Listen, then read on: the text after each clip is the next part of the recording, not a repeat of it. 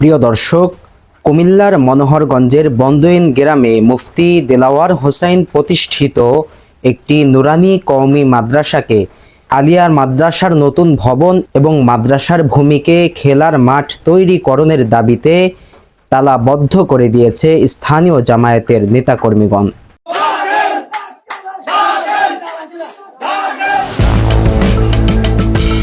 প্রিয় দর্শক, আওয়ামী সরকার থাকাকালীন সরকারি জায়গায় লিজ নিয়ে এখানে একটি দ্বীনি শিক্ষা প্রতিষ্ঠান মক্তব থেকে শুরু করে তৃতীয় শ্রেণী পর্যন্ত পরিচালিত হচ্ছিল, যার মুরব্বী হিসেবে ছিলেন বাংলাদেশের প্রখ্যাত আলেমে দ্বীন মুফতি দেলাওয়ার হোসাইন।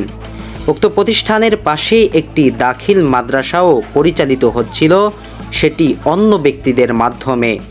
বহু আগ থেকেই এলাকার কিছু ব্যক্তিরা দ্বীনি শিক্ষা প্রতিষ্ঠানকেও দাখিল মাদ্রাসায় রূপান্তর করার অপচেষ্টায় লিপ্ত ছিল।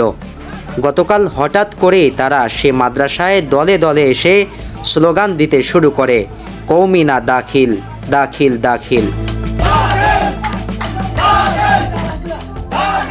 পরিশেষে তারা মাদ্রাসার সকল লাইট ফ্যান বন্ধ করে মাদ্রাসার মেন গেট এবং সকল রুম তালাবদ্ধ করে দেয়।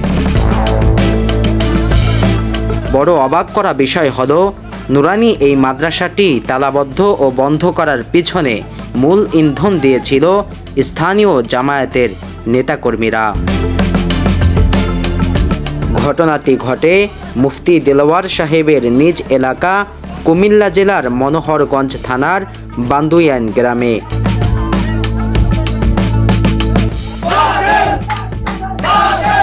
প্রিয় দর্শক, এ ঘটনায় দেশব্যাপী তীব্র নিন্দা ও প্রতিবাদের ঝড় উঠেছে। তারই ধারাবাহিকতায় সচেতন শিক্ষার্থীদের পক্ষে মোল্লা জুবায়ের আহমদ এ ঘটনার তীব্র নিন্দা জানিয়ে বলেন, একটি নুরানি মাদ্রাসা বন্ধ মানে শত শত কোমলমতি শিক্ষার্থীদের শিক্ষা ও সুন্দর ভবিষ্যতের পথ রুদ্ধ করা।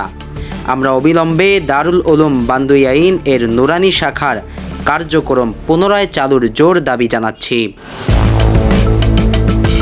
প্রিয় দর্শক, একদিকে জামায়াতে ইসলামীর মহামান্য আমির ডক্টর শফিকুর রহমান নিজের মাসিক বেতন দেশের কোনো একটি কওমি মাদ্রাসায় দান করে দিতে যাচ্ছেন, অপরদিকে তারই নেতাকর্মীরা সেই কওমি মাদ্রাসা পেশিশক্তি ও গায়ের জোর দেখিয়ে বন্ধ করে দিচ্ছে।